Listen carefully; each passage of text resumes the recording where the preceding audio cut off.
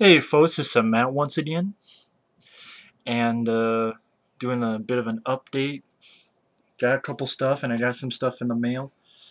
But before that, I know some people will ask me.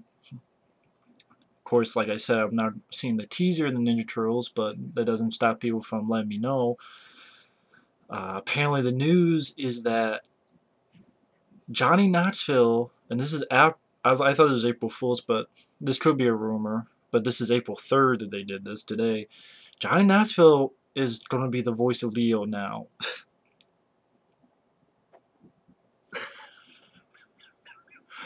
Fucking me or Mike was. That was a joke that we made, or he made, about Johnny Knoxville. Or I don't know who did. And that Tony Shalhoub would be the voice of Splinter. And I'm like, I don't know if it's true. I mean, it's 4 months from the release. That fucking movie just. I think people will see that movie. If that movie's a hit, it's because people are going to laugh at it. I'm not seeing the fucking thing. And right off the bat, I have people trying to tell me, oh, you gotta give it a chance. No, fuck that. I don't have to do anything. Oh, it's gonna be darker. If you really think that new movie's gonna be darker, you don't know what you're talking about. It's Nickelodeon movies. The reason it's Nickelodeon is because the way they can release movies is from Paramount. Remember, imagine that? That was a Nickelodeon movies Paramount production. Yeah, that was so dark. Imagine that. Or SpongeBob SquarePants. Nothing about. No, it's going to be a film where it's going to start Megan Fox and Will Arnett, the movie, with cameos by the Incredible Hulk rejects. Because they're so fucking big, they're not even going to fit in the fucking manhole. And because it's all over the internet, I saw a picture of Leo from the teaser, because it's all over the fucking internet. No matter where you go on the internet, it pops up. And he looks like shit. Bad CGI. Like a fugly looking motherfucker, because I'm just looking from stuff and there it pops up. It's like I can't escape from it. It looks like shit. I'm sorry that they look like a can of smashed assholes. Don't give me, oh, it's gonna be darker. Yeah, be as dark as Dolly Parton. Exactly, the opposite of dark. Megan and Will, the movie, with the Incredible Hulk rejects who are so big, how the fuck are they gonna fit in fucking manholes? How the fuck are they gonna be ninjas? They're just gonna be Incredible Hulks. Smash, throw people, throw cars, throw I don't want to throw a building on the people like Superman did in Man of Steel. I don't throw a building through a car, through a window, and throw it. And the 10 minutes of screen time they have, and they look like shit. And then two people again were trying to tell me that the Ninja Turtles 2 Secret Ooze suits look like shit, but these look like awesome. If you really think that Ninja Turtles 2 suits look like shit from Secret of the Ooze, if you really think those suits look like shit and these look awesome, we have nothing more to discuss. You beat a dick. Yes, I am. Because if you really believe that, then that's your opinion. I can't change your opinion. My opinion is I don't understand what you mean. I don't get it, and I don't want to get it. Fuck the movie. I don't give a fuck about giving it a chance. Fuck the movie up its ass.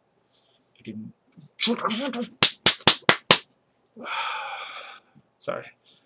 See, that's why I can't see it, because I'll go fucking drink.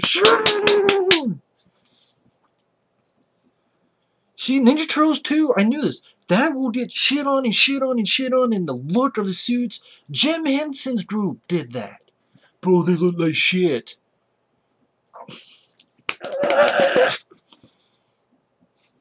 I know it's people's opinion. Shouldn't get that excited about it. We agree to disagree. It's just my inner fanboy coming out, and that's why I can't see that new movie, because I'll go insane. And I'll go on a fanboy death wish rampage and be a complete dickhead and asshole to people. And I have a bad feeling. That's why I can't see that movie. I'm sorry. But anyway.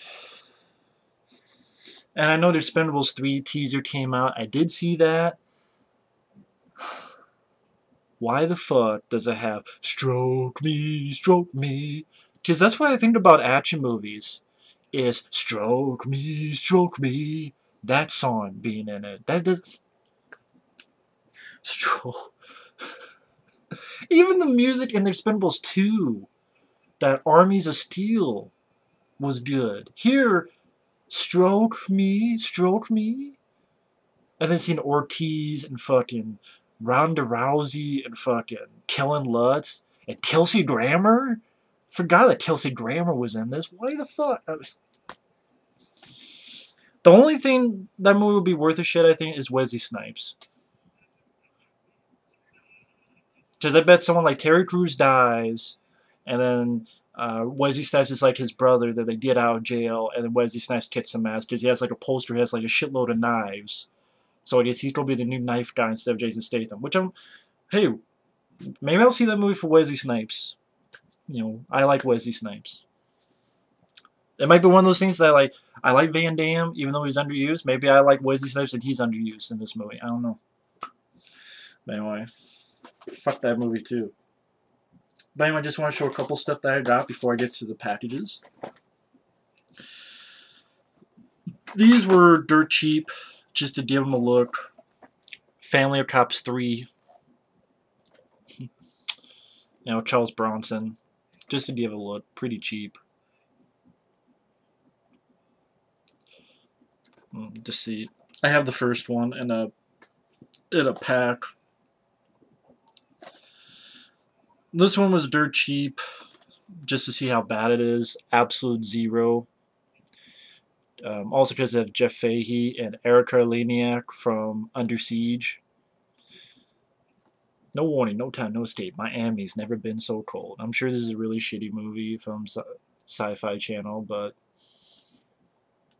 it was dirt cheap. Oblivion, got this pretty cheap. I think about like $3. And I like this movie. I know people wanted me to do a review. I'll just say this. Most of Tom Cruise's sci-fi films I've liked. I liked War of the Worlds. I don't mind that film. I saw that in the theater. I think I saw that in the theater back in the day. I like War of the Worlds. Minority Report, I have some issues with. I look forward to Edge of Tomorrow, and I like this film. The director did Tron Legacy. I didn't mind Tron Legacy, but I wasn't the big fan of Tron. But I will admit, throughout the years, I've grown to like Tron more. And I just say I like the first Tron more than Tron Legacy. You know, watched those a few months ago. I can say I like the first one better than the second one.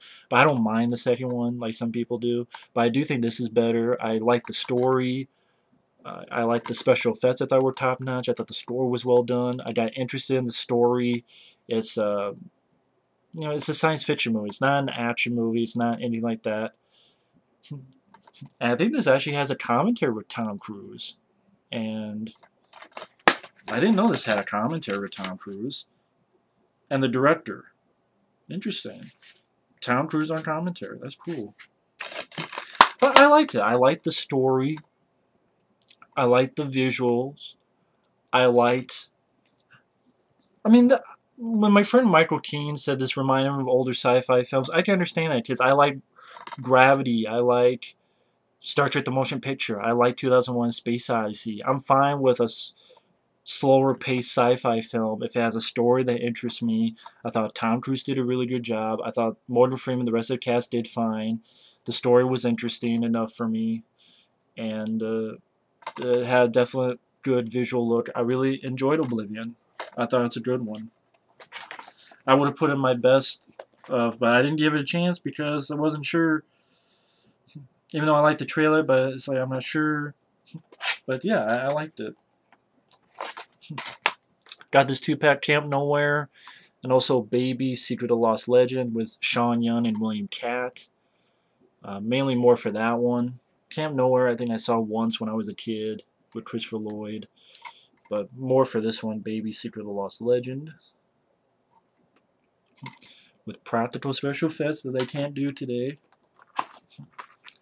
Silent Fall, because of the cast. Richard Dreyfuss, Linda Hamilton, John Lithgow. You also had J.T. Walsh, Liv Tyler. And what this movie seems like, it's the more dramatic version of Mercury Rising. Well, okay, maybe that's stupid, but I just think if it's like you have an autistic kid. It just reminded me a little bit because it was a guy helping out an autistic kid, trying to get him to talk and stuff. But Mercury Rising is more of the action version. This one, Richard Dreyfuss is a child psychologist, and this autistic child, and the slaying of his parents, which happened in Mercury Rising later. Uh, it's like a mystery. I believe this is a mystery film. Again, Richard Dreyfuss trying to get in touch with this autistic child to figure out what happened and what happened to his parents and such. The cast seems interesting, and the idea seems interesting. So I look forward to giving this a watch.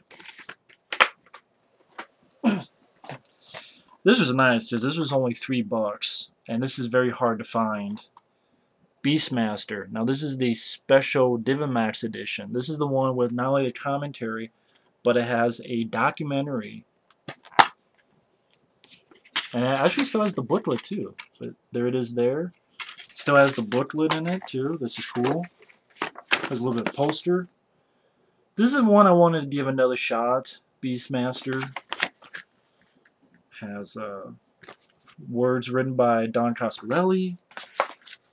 And at least I can enjoy the special features because this has a pretty lengthy documentary with Don Coscarelli, Paul Pepperman, Conrad E. Angone, who is the production designer, actors Josh Millard, Tanya Roberts, and Mark Singer. So at least the documentary will be cool. And has a counter with Don Coscarelli and producer Paul Pepperman, trailer, production stills, advertising art. So that's pretty cool. Widescreen. But yeah, this is pretty hard to find, at least when I looked at it, and at least the one with the special features. So it's pretty cool to have that. And I finally decided to get this one, special edition of Darkman. Because I remember liking the film. This cover sucks though. I thought this cover looks pretty lame. But thankfully, you can switch it around. Unfortunately, if you want the special edition, you have to get the Blu-ray because they only release a special edition on Blu-ray. This has new interviews with Liam Neeson, Frances McDormand, Larry Drake, Dan Bell, Danny Hicks, production designer, special makeups creator Tony Gardner, makeup from back in the day, commentary with the DP Bill Pope. Has a crap load of features, shitload of features. So that's why I decided to get this. Because I like the movie. One of Sam Raimi's last good movies, in my opinion. Because I'm not a fan of Spider-Man or shit. But anyway, 13 minutes in, finally getting to the packages I got from my nice guy, Blane. Sent me some stuff, and I don't know. Oh, one quick thing. I got this as well. Well, actually, I will admit, someone in my family got this because someone in my family saw this on my wish list, and they got this for me. And the cover, granted, is plain, but it pretty much goes through all the iterations of the characters and what they mean to the pop culture. And I thought it was kind of cool that someone would take the characters that seriously. I know there's another book coming out in June that's more of a visual, but I like this. I liked, I'm going to enjoy reading this. I think this would be very interesting. Sort of someone taking a serious, critical look at them without just shitting all over it. So this will be interesting to read. It's a much smaller book than I thought it'd be, but be one of those things that'd be just interesting to read. So it'd be very cool. Goes through all the iterations of the turtles. Don't want to, but getting to this guy Blane, very nice of him. He didn't have to do that. No one has to send me anything, but I have no idea what will be in here. But we will find out.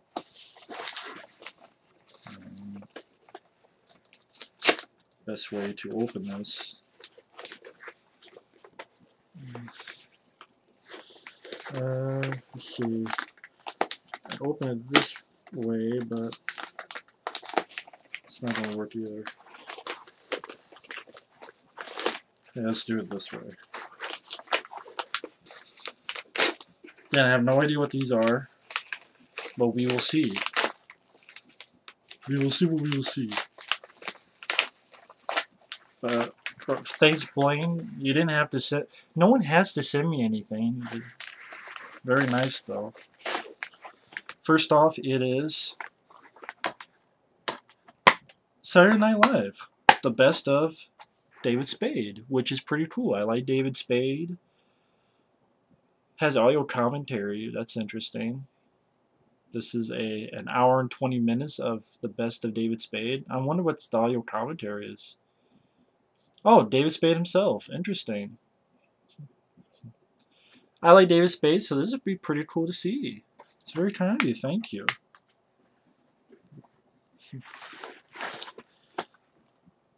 Oh my god, I can't believe this. I had reviewed this film. I can't believe he got this. Because I didn't own it. But I talked about it and I liked it. And that's Mimesis.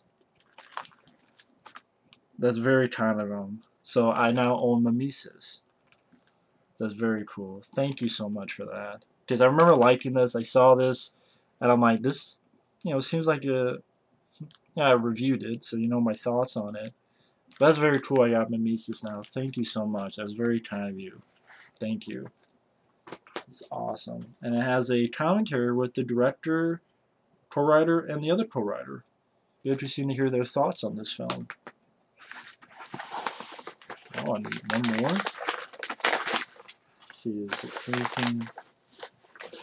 Okay, just make sure. Ah, David Cronenberg's The Brood. I know I had reviewed a few David Cronenberg films a while ago, like Dead Ringers and such. So now I can review this sometime. The Brood. David Cronenberg film. Oliver Reed, Samantha Eggar.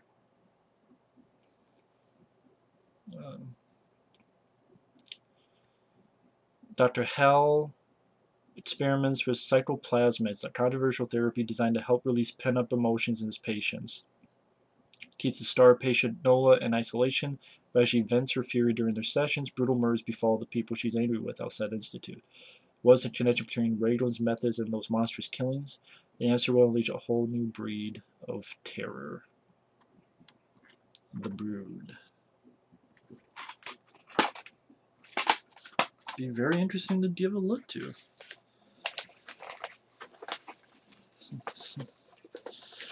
And it was, yeah, 2 packages. It's crazy.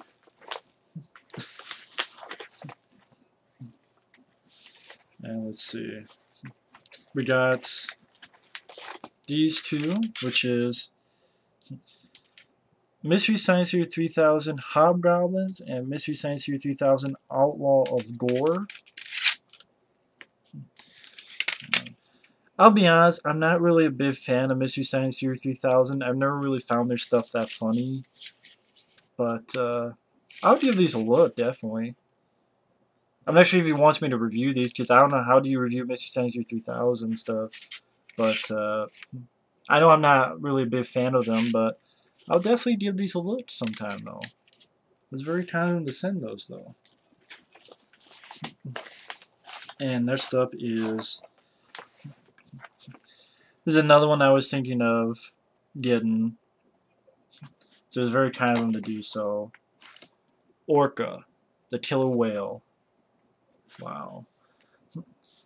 I think he had asked me, and he's like, well, what are some stuff that you're wanting to get? And I told him a few things, and like Mimesis and Orca, but I didn't know he'd actually get them because,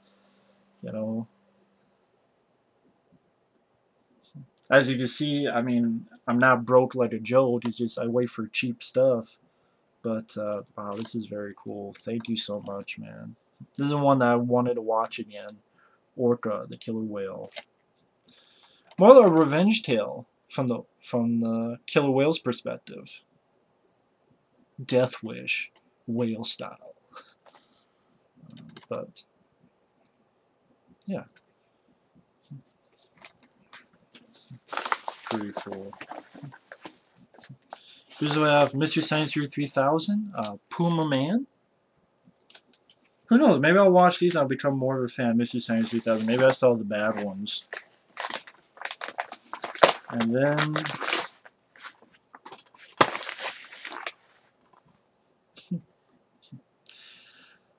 Unfortunately, I already had this one. He didn't know it, but Thank You for Smoking.